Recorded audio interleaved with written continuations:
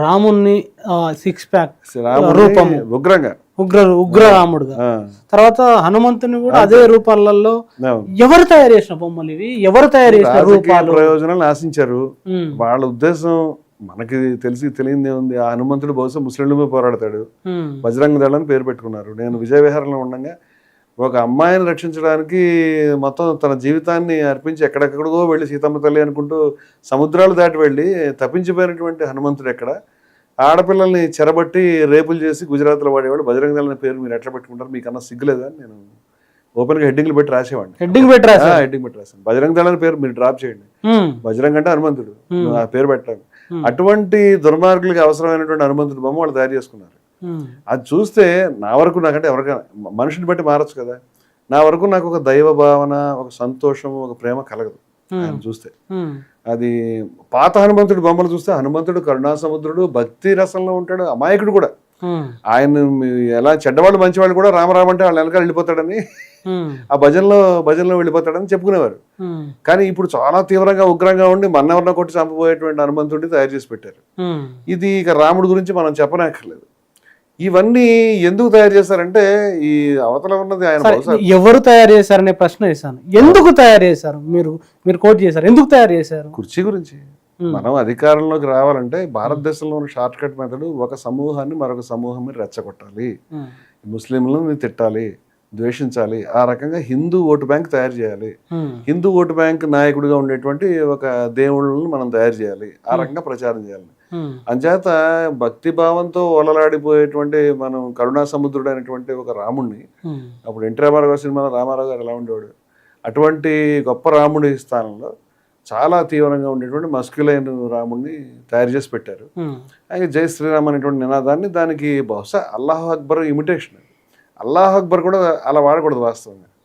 వీళ్ళు ఏమనుకున్నారంటే మనకు తీవ్రమైన నినాదం కావాలని అనుకున్నారు బహుశా. ఇది ఒక రకంగా చెప్పాలంటే ఇస్లామైజేషన్ అని అనొచ్చేమో. హిందూ మతాన్ని వీళ్ళు ఇస్లామిస్ట్ తిడతారు. వీళ్ళు ఇస్లామైజ్ చేస్తాను నా కోపం. ఎవరు? వీళ్ళంతా కూడా ఇస్లామైజేషన్ ఆఫ్ హిందూయిజం. ఇది ఇస్లామైజేషన్ చేస్తురా అంటే ఇప్పుడు హిందూ భక్తుల వాళ్ళకు మక్క ఉంది, ఒకడే దేవుడు ఉన్నాడు, వాళ్ళు అల్లాహ్ అక్బర్ అంటారు. వీళ్ళు ఏం చేశారంటే మనకు అయోధ్య ఉండాలి, ఒక రాముడు, జై శ్రీరామ్, ఇదంతా ఒక ప్యారలల్ గా ఒక పుస్తకం ఉండాలి, వాళ్ళకి ఇది ఉంది. దాని బదులు మన భగవద్గీత అంటే రామాయణం అది చరిత్ర కాబట్టి, అది కావ్యం కాబట్టి దాని ప్లేస్ లో మనకు భగవద్గీత, ఇట్లా ఒక పుస్తకం ఒక దేవుడు. అసలు ఈ విధానం లేదు మనకి. ఎందుకు? తప్పేంటి? ఒక పుస్తకం ఉండడానికి హిందూ మతంలో ఒక పుస్తకం ద్వారా ఒక నినాదం ఉండడం వల్ల తప్పేంటి? తప్పని అంటలేదు. అది అదొక మోడల్ అండి. ఆ మోడల్ కావాలంటే వాళ్ళంతా ఇస్లాంలో జాయిన్ అయితే బెటర్ అన్న ఉద్దేశం, క్రిస్టియానిటీలో జాయిన్ అయితే బెటర్. ఒక దేవుడు, ఒక పుస్తకం, ఒక ప్రవక్త, ఈ రెండు మతాలకు అది ఉందండి. మంచి చెడు నేను చెప్పట్లేదు, చెడని అంటలేదు దాన్ని. వాళ్ళకు ఒక పుస్తకం, ఒక దేవుడు, ఒక మక్క, ఒక నినాదం, ఒక పద్ధతి ఉన్నాయి వాళ్ళకి.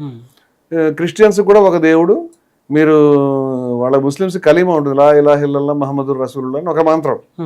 వాళ్ళకేముంటుంది? ట్రినిటీ అంటాం, తండ్రి, కొడుకు, పవిత్రాత్మ, ఈ ముగ్గురిని ట్రినిటీ అంటారు. ఈ మూడింటిని అంగీకరించడం, క్రీస్తుని యొక్క దాన్ని రక్షిస్తాడని ఒప్పుకోవడం, క్రాస్ వేసుకోవడం, జెరూసలేం, ఇది గొడవ. ఇప్పుడు వీళ్ళు దీన్ని చూసి ఇప్పుడు మనం ఎవరి మతం స్వభావం వాళ్ళకు ఉంటుంది, ఎవరి విశిష్టత వాళ్ళకు ఉంటుంది, దాన్ని వాళ్ళు ఆ ప్రకారం పోవాలి. హిందూ మత స్వభావం అంటే బహుళత్వం. హిందూ మతంలో ఒక సిస్టమ్ కానీ, ఒక దేవుడు కానీ, ఒక పద్ధతి కానీ, ఒక పుస్తకం కానీ ఉన్నాయా మనకి?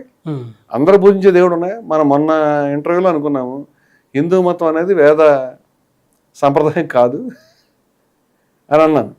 మీరు మీరు చాలా తీవ్రమైన మాట అంటున్నారని మీరు అంటున్నారు. హిందూ మతం వేద సాంప్రదాయం కాదు, వైదిక సాంప్రదాయాల యొక్క ఇంకా అనేక ఆదిమ సాంప్రదాయాల యొక్క సమూహమే హిందూ మతం. అది సమ్మేళనం, మహాసంగమం ఇది అని నేను అంటున్నాను.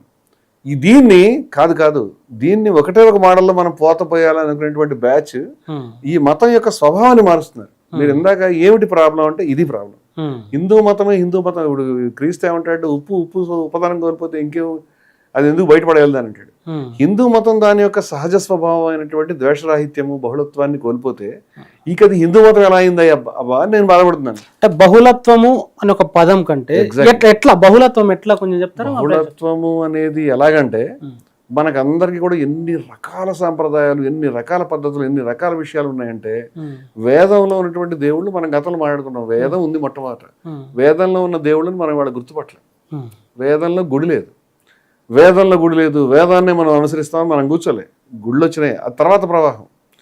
తర్వాత వేదంలో ఉండేటువంటి దేవుడు విష్ణుమూర్తికి వేదం చాలా మైనర్ దేవుడు అండి. ఆయన చిన్న దేవుడు వేదాల్లో. క్షమించాలంటే వాస్తవాలుగా చెప్పాలి కూడా చెప్తున్నాను. ఇప్పుడు ఆ మతానికి పరిణామ క్రమం ఉంటుందండి, ప్రతి మతానికి ఉంది, మా మతానికి కూడా ఉంది, తప్పే ఉంది దాంట్లో.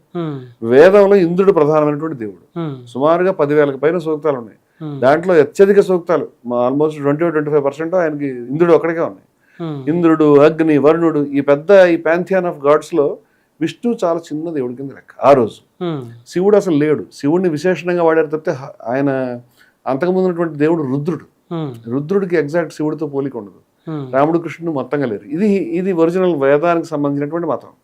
దీన్ని కర్మకాండ మనం చర్చించుకున్నాం విస్తారంగా. జంతువులు, బలులు, కర్మకాండ, నరమేధం, పశుమేధం, గోవధ అన్ని ఉన్నారు బాబు అని అనుకున్నాం. దీని నుంచి బయటపడేసి ఇది కాదు జ్ఞానం, అన్వేషణ ఏముంది, దీని మూలం ఏమిటని ప్రపంచంలో కొన్ని వేల సంవత్సరాల తర్వాత కూడా ఎవడు వెళ్ళలేనంత లోతుకి ఉపనిషత్ దృష్టిలో వెళ్ళారు. వాళ్ళకి ఏ రకమైనటువంటి ఛాందసత్వం లేదు, ఏదో మతం చెప్పాలని వాడు అనుకోలేదు. అంచేత ఉపనిషత్తు విలువ అంత గొప్పగా అయింది. ఏం చేస్తారు ఉపనిషత్తులో, ఏం చెప్పారు? అసలు ప్రపంచం ఎక్కడి నుంచి వచ్చింది, ఈ కన్ను యొక్క కన్ను అంటాడు, అంటే కన్ను యొక్క చూసే శక్తి కారణం ఏమిటి, చెవి యొక్క చెవి అంటాడు, ఈ చెవికి వెనకాల ఉన్న చెవి అంటే చెవి యొక్క ఈ వినికిడి శక్తి కారణం ఏమిటి, వాక్కు యొక్క దీనికి అంతటి కారణం ఏమిటి, అసలు ప్రపంచానికి కారణం ఏమిటి, ఇవన్నీ ఆలోచించి ఆయన బ్రహ్మం అన్నాడు. దానికి పేరు పెట్టాడు, అది ఒకటి ఉంది అని. అలాగే ఆ బ్రహ్మం కాదు ఆత్మ అని దేవుడు అనలేదు. దేవుడు అనే మాట తెలియదు వాళ్ళకి. బ్రహ్మము, ఆత్మ అని చెప్పి పేర్లు ఎందుకంటే తత్ అంటే అదే అన్నారు. తత్ త్వమసి, అది నువ్వే అన్నారు. ఇదంతా ఈ సృష్టి అంతా మనమే, అంటే ఏది దేవుడు అది మనమే అనమాట. అది వాళ్ళు కనుక్కున్నారు. అందుకే వివేకానందుడు చికాగో వెళ్ళి మాకు సృష్టి లేదు, సృష్టికర్త లేడు, క్రియేషన్ లేదు, ఓన్లీ మేనిఫెస్టేషన్, పరిణామం మాత్రమే అని చెప్పాడు. హిందూ మతంలో సృష్టికర్త లేడు. చాలా మంది తెలియదు. అంటే లోతుకి వెళ్ళినవాడికి తెలుస్తుంది. ఇంత గొప్ప ఆలోచన నుంచి ది గ్రేటెస్ట్ హైట్స్ ఇవి. అక్కడి నుంచి డౌన్ఫాల్ మనకు పురాణాలు వచ్చినాయి. తర్వాత పురాణాల్లో ఒక దేవుడు, ఒక సిస్టమ్, ఒక మతం వచ్చినాయి. మొట్టమొదటి ఇతిహాసాలు, భారతం, రామాయణం, తర్వాత మెల్లమెల్లగా స్మృతులు, తర్వాత అష్టాదశ పురాణాలు. ఇది మతం యొక్క పరిణామ క్రమం. ఈ క్రమంలో వచ్చినప్పుడు ఆల్రెడీ అప్పటికే ప్రాచుర్యంలో బహుశా శివుడు ఆయన వైదిక ఇతర దేవుడు అనేటువంటి ఒక అభిప్రాయం ఉంది. సింధు నాగరికతలో కూడా మనకు కొన్ని రాళ్ళు దొరికినాయి. బయట కూడా శివుడికి సంబంధించిన పూజ ఉంది, శివుడికి సంబంధించిన ఆలోచనలు ఉన్నాయి. ఈ శివుడు హిందూ మతంలో ప్రధానమైన దేవుడిగా ఎట్లా ఎవాల్వ్ అయ్యాడు, ఇదంతా కూడా పరిశోధకులు తేల్చాలి. నేను సాంప్రదాయిక దృష్టి కంటే పరిశోధకులకే ఎక్కువ ప్రాధాన్యత ఇచ్చే మనిషిని. అలాగే మురుగన్ ఉన్నాడు తమిళనాడులో. ఆయనని మీరు రూట్స్కి వెళ్ళి చూస్తే అవైదికమైనటువంటి దేవుడు ఈయన అని చెప్తారు. ఈవెన్ అయ్యప్ప కూడా అవైదికమైన దేవుడు అని చెప్తారు. వెంకటేశ్వర స్వామి మీద కూడా అలాంటి ఆర్గ్యుమెంట్స్ ఉన్నాయి. ఇవన్నీ తర్వాత ఇప్పుడు పూరిలో చక్కగా ఉన్నటువంటి దేవుడు ముగ్గురు, బలభద్రుడు, కృష్ణుడు, సుభద్ర, ముగ్గురిని కొలుస్తారు. ఆ ముగ్గురు యొక్క విగ్రహాలు, వాళ్ళ కళ్ళు, వాళ్ళ తీర్చే విధానం, ఇదంతా కూడా హిందూ మతంలో ఇంకెక్కడ ఏ టెంపుల్లో లేవు. ఇంకెక్కడ ఈ దారు శిల్పం అనేది లేదు. ఈ చెక్కతో ఉన్నటువంటి దేవుడిని పూజిస్తారు, రాతితో ఉన్నటువంటి దేవుడిని పూజిస్తారు. ఇక్కడ ఎందుకు పూజిస్తారు, ఇలాంటి బొమ్మలే ఎందుకు అంటే దీనికి కూడా ట్రైబల్ కనెక్షన్ ఉందని వాదించే వాళ్ళు ఉంటారు. Tribal connections, Jain connections, Buddhist connections, ఇవన్నీ కూడా హిందూ మతంలో ఇవన్నీ ఒక అమాల్గమేషన్ లాగా, ఒక మహా సమ్మేళనంలో కలిసినాయి. దీన్ని చాలా మంది నెగిటివ్ అనుకుంటారు, నేను పాజిటివ్ అనుకుంటాను. ఇలాంటి ఎమ్మెల్యేలన్నీ కలిసినాయి కదా, ఈ సిస్టమ్స్ అన్నీ ఉన్నాయి కదా, దీని అంతా ఒకటే పోత కింద నువ్వు ఎందుకు పోస్తావని. ఉదాహరణకి రాముడి దగ్గరికి వద్దాం మనం. మీరు రాముడి దగ్గర మొదలు పెట్టాం. రాముడిని అందరూ మరి హిందువులంతా పూజిస్తారా అంటే ఈ రోజుకి, పాత విషయం వదిలిపెట్టండి, ఇవాళ ఎట్ ది మూమెంట్ మీరు హిందూ మతాన్ని సంఘటితపరచదలుచుకుంటే దీంట్లో ఉన్న అన్ని ఎలిమెంట్స్ని ఓ దగ్గర ఉంచితే హిందూ మతం అవుతుంది. మీరు ఒకటే విధానం అందరూ అనుసరించాలి, ఈ చొక్కానికి అందరికి పట్టినా పట్టకపోయినా వేసుకోవాలన్నారు అనుకోండి, ఆటోమేటిక్గా విచ్ఛిన్నానికి దారితీస్తుంది. ఇప్పుడు వీళ్ళు ఈ పని చేస్తున్నారు. బహుళత్వాన్ని గౌరవించమని నేను చెప్తున్నాను. రాముడిని అంగీకరించని, రాముడిని దేవుడిగా అంగీకరించని, పౌరాణిక హిందూ మతాన్ని కూడా అంగీకరించని అనేక శాఖలు ఇవాళకి హిందూ మతంలో ఉన్నాయి. వాళ్ళ తరిమేగా ఉంచుతాం ఇవాళకి. మీరు చేసిన స్టేట్మెంట్ రాముడిని దేవుడిగా అంగీకరించని, రాముడిని లేదా పౌరాణిక హిందూ మతాన్ని అంగీకరించని శాఖలు ఇంకా ఉన్నాయి, అనేక ఉన్నాయి ఇవాళకి హిందూ మతంలో. ఇంకా ఇప్పుడు ఎవరైతే ఇది వేదంలో ఉందా, చక్రంలో ఉందా, మేము దీని వెనకాల యంత్రం పెట్టామా, ఇవన్నీ మాట్లాడేవాళ్ళు వీళ్ళందరూ తరివేద్దామని చెప్తున్నట్లు లెక్క. దానివల్ల హిందూ మతం వీళ్ళు కంగారు పడతారు, హిందూ మతం విచ్ఛిన్నం అయిపోతుంది చెప్తారు కదా. హిందువులు ఇవాళ 80% మంది ఉన్నారు. వీళ్ళ ఆర్గ్యుమెంట్ ప్రకారం 40%, 30% తగ్గుతారు.